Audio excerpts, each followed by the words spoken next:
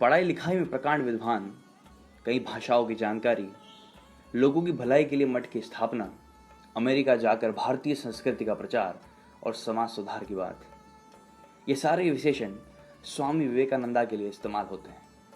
लेकिन 1858 में पैदा हुई रमाबाई सरस्वती के लिए भी लगभग सटीक बैठते हैं। खास बात यह है कि एक ही समय सक्रिय ये दोनों हस्तियां एक दूसरे को बिल्कुल भी पसंद नहीं करती थी। रमाबाई को हिंदुस्तान की पहली लिबरल फेमिनिस्ट में गिना जाता है। चित्पावन ब्राह्मण परिवार में जन्मी रमा ने संस्कृत की पढ़ाई की। बचपन में ही माँ बाप को अकाल में खो दिया। इसके बाद वे भाई के साथ पूरे देश में घूमती और पुराण की कथाएं सुनाकर अपना काम चलाती। बताया जाता है कि रमा ने 3 साल में 4000 किलोमीटर की यात्राएं की। 22 की उम्र में आते आते रमा को संस्कृत के 20,000 श्लोक रटे हुए थे।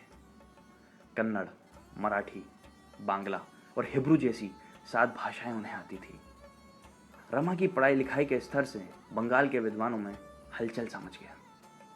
थियोसोफिकल सोसाइटी के केशव चंद्र सेन ने उन्हें पंडिता की उपाधि दी। इसी बीच रमा ने बंगाल के एक कायस्थ वकील विपिन बिहारी मेघवी से शादी रचा ली। मेघवी की जल्द ही मृत्यु हो गई। रमा इसके बाद इंग्लैंड गई और वहां पर वे ईसाई बन गई। जिस दौर में हिंदुस्तान में लड़कियों के पढ़ने को तरस रही थी, रमा ने अंतरजातीय शादी की, धर्म को छोड़ दिया और अपनी पढ़ाई लिखाई से तमाम लोगों का मुंह बंद कर दिया। इसके बाद ज्यादातर लोगों ने रमा की आलोचना की, मगर एक जगह से रमा को खुलकर समर्थन मिला। ज्योतिबा और सावित्रीबाई फुले दंपत्ति ने रमाबाई का खुलकर समर्थन किया था उन दिनों। पति की मौत के कुछ साल बाद रमा पूना में बस गई। यहां उन्होंने आर्य महिला समाज की स्थापना की और लड़कियों को पढ़ाना शुरू कर दिया। यह संस्था बाल विवाह रोकने के लिए भी काम करती थी। 1982 में ब्रिटिश सरकार ने भारत में शिक्षा के लिए कमीशन बनाया, तो रमा ने उनके सामने कई सबूत रखे।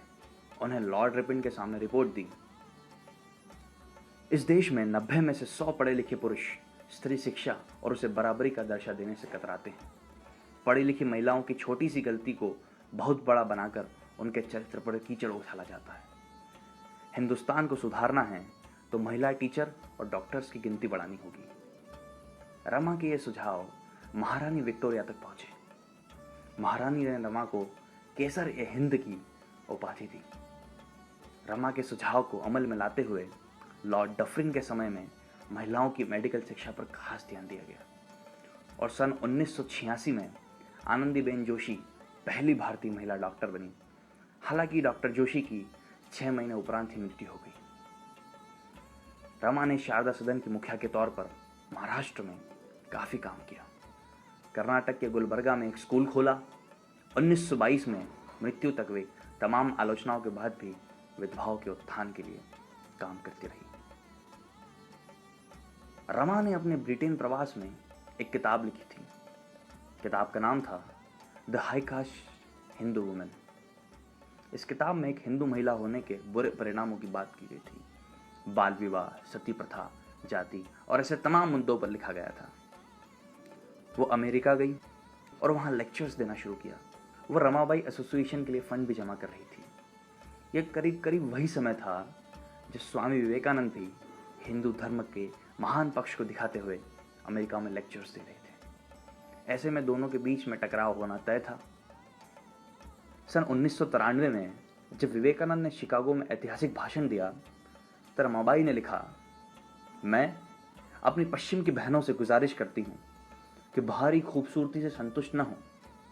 महान दर्शन की बाहरी खूबसूरती पढ़े लिखे पुरुषों के बौद्धिक विमर्श और भव्य प्राचीन प्रतीकों के नीचे काली गहरी कोठरियां हैं।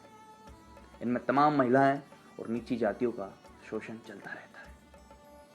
इसके कुछ समय बाद स्वामी विवेकानंदा ने अपने एक पत्र में लिखा, मिसेस बुल, मैं उन स्कैंडल्स के बारे में सुनकर भुचक्का हूं जिनमें रमाबाई का सर्कल मुझे शामिल कर रहा है। कोई भी आदमी अपनी तरफ से कितना भी कोशिश कर ले, मगर कुछ लोग उसके बारे में खराब बोलते ही हैं। शिकागो में मुझे रोज कुछ ना कुछ ऐसा सुनने को मिलता है। ये औरतें तो ईसाइयों से भी ज्यादा ईसाई हैं। आज अगर हम देखें तो दोनों अपनी जगह ठीक थे, दोनों की बातें अपनी अपनी जगह ठीक थी और दोनों के विरोध भी अपनी अपनी जगह ठीक थे। रामाबाई ने महिलाओं से जुड़े जो मुद्दे तब उठाए वे आज भी उतने ही प्रासंगिक है। वहीं स्वामी विवेकानंद धर्म को जिस तरह समझा रहे थे वे अपनी जगह पर उत्तीर्ण था, सटीक था। रमाबाई के काम को पूरी दुनिया में तारीफ मिली। उनके नाम पर शुक्र ग्रह के एक कैरेक्टर का नाम रखा गया। यूरोप के चर्च 5 अप्रैल को उनकी याद में फिस्ट डे के दौर पर मनाते हैं। भारत ने भी रमाबाई के नाम पर एक डाक टिकट जारी किया था। उनका बनाया पंडिता रमाबाई मुक्त मिशन आज भी महाराष्ट्र में सक्रिय है। इन सब के बाद भी लगता है कि रमाबाई को हिंदुस्तान में पहचान नहीं मिल पाई जो उनके समकालिक समाज सुधारकों को मिली थी। धन्यवाद।